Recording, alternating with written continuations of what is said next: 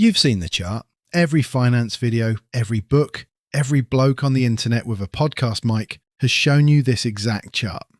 Start with a bit of money, leave it alone, and watch a tiny line curve gently upward, and then explode into a mountain of wealth by the time you're old. Compound interest, they say, eyes shining, the eighth wonder of the world. Einstein called it the most powerful force in the universe. And then they show you that £1 a day becomes some absurd number by retirement, and you feel that little flutter of hope. Maybe it's that simple. Maybe you'll be fine. I need to talk to you about that chart, because it's true, and it's also, for most people, a quiet lie. Not because the maths is wrong, the maths is perfect, but because of everything the chart doesn't show you. This is Proper Pence, where we talk about money with real UK numbers, and where we don't sell you fairy tales. If you want the honest version of how wealth actually works, the version with the fine print, then subscribe and give this a thumbs up.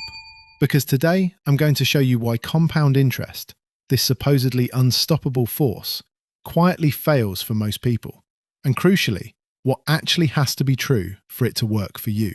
Let me be completely clear before we start, because this matters. Compound interest is real. It's powerful. It is not a scam, and this is not a video telling you not to invest. Investing is one of the few genuine paths ordinary people have to build wealth. What I'm attacking isn't the tool. It's the fairy tale wrapped around the tool. The idea that you just sprinkle a bit of money on the magic beans, walk away, and wake up rich. Because compound interest isn't magic. It's a multiplier. And a multiplier does nothing unless you feed it what it needs. So let's talk about what it needs and why most people can't give it those things, through no fault of their own. The first thing it needs is money to work with. Surplus. Money left over after the bills, that you can afford to lock away and not touch. And here's where the fairy tale meets British reality. The median UK household has about £9,000 to £10,000 in total savings. And that's savings, not spare money pouring in every month. The typical family saves around £180 a month. Now, £180 a month invested over decades is genuinely worth having. I'm not dismissing it, but it is a very long way from the fantasy figures on that chart, which quietly assume you're feeding the machine far more than most people can. The chart shows you the engine. It doesn't mention that most people can barely afford the fuel. The second thing it needs is time. Not just some time. Decades of uninterrupted time. The whole magic of that curve happens right at the end. The explosive part, the bit that makes you rich, only arrives after 30 or 40 years of leaving it completely alone. And that word uninterrupted is where real life walks in and kicks the whole thing over. Because life is not uninterrupted. The boiler dies. The car packs in. You lose your job. Or you have kids, or there's a year where everything goes wrong at once. And what do people do when that happens? They stop contributing. Or worse, they dip in. Research shows a chunk of younger savers raid their savings constantly, some daily, and a quarter don't have any emergency fund at all between them and their long-term money. So the second an emergency hits, the long-term pot is the only pot there is. The compounding clock gets reset again and again, right when it was about to get interesting. The chart assumes 40 years of perfect discipline in a life that offers no such thing. The third thing it needs is for you to actually be in the game, and this one's quietly shocking. Despite investing never being easier, despite every app and every finfluencer, the number of UK adults who actually hold investments outside a pension is only around a third, roughly 19 million people. And here's the kicker. That number has gone down, not up, over recent years. The UK has some of the lowest investment participation in Europe. Why? For lots of people, it's simply that they don't have the surplus we already talked about. But for many, it's fear. Barclays found people wildly overestimate the risk. Many believe a basket of big global companies has around a 1 in 4 chance of becoming totally worthless within 5 years, which is, to put it kindly, not how reality works. So millions leave their money in cash, earning next to nothing, because the fairy tale version of investing never taught them the actual odds. Compound interest can't do a thing for money that never enters the arena.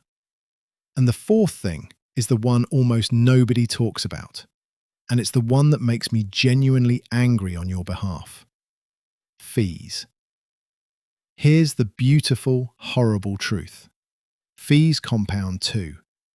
That same relentless snowball that's supposed to be working for you, a fee sits on the other side of it, rolling just as hard in the opposite direction. Let me give you the number because it's brutal.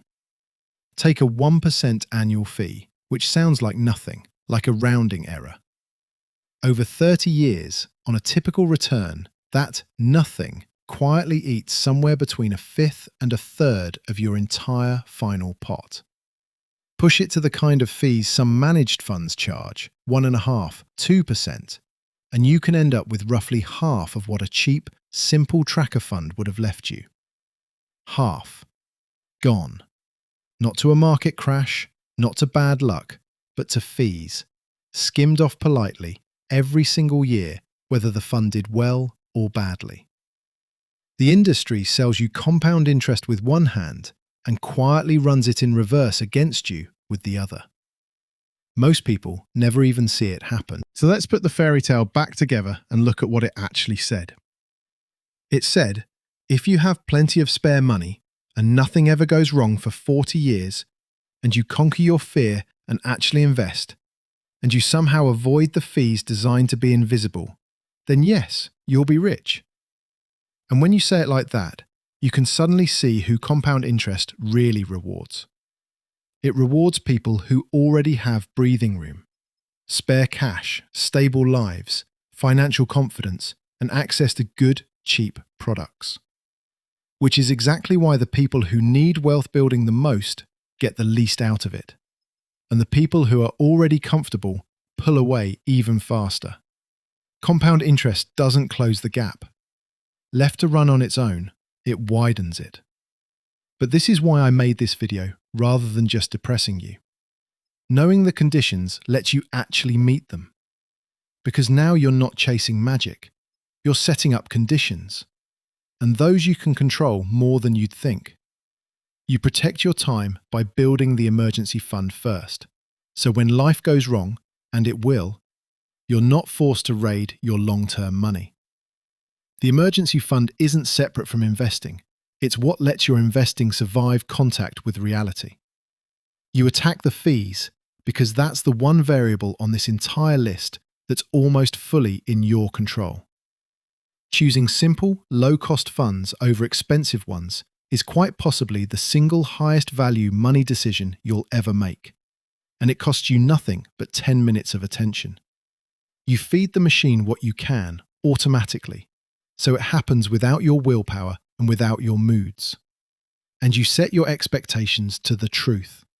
This is slow. It is boring. For years, it will look like almost nothing is happening. Because with compound interest, almost nothing is happening right up until the end, when everything happens. The people who win aren't the ones who found a magic trick. They're the ones who understood the boring conditions and quietly met them, year after year, while everyone else waited for beans to sprout. Compound interest was never a wonder of the world. It's a multiplier. Pointed at the right conditions, and it will change your life, slowly, and then all at once. Ignore the conditions and worship the maths, and it'll do for you exactly what it's done for most people, which is a lot less than the chart promised. Here's my question for you, and I read the comments. Were you ever shown that magic compound interest chart and quietly believed you'd be fine before real life had other ideas? I'd like to hear the honest version. I think a lot of us bought the fairy tale. If this cleared some fog, subscribe to Proper Pence and give it a thumbs up, so it reaches someone who's still waiting for the beans to sprout. See you in the next one.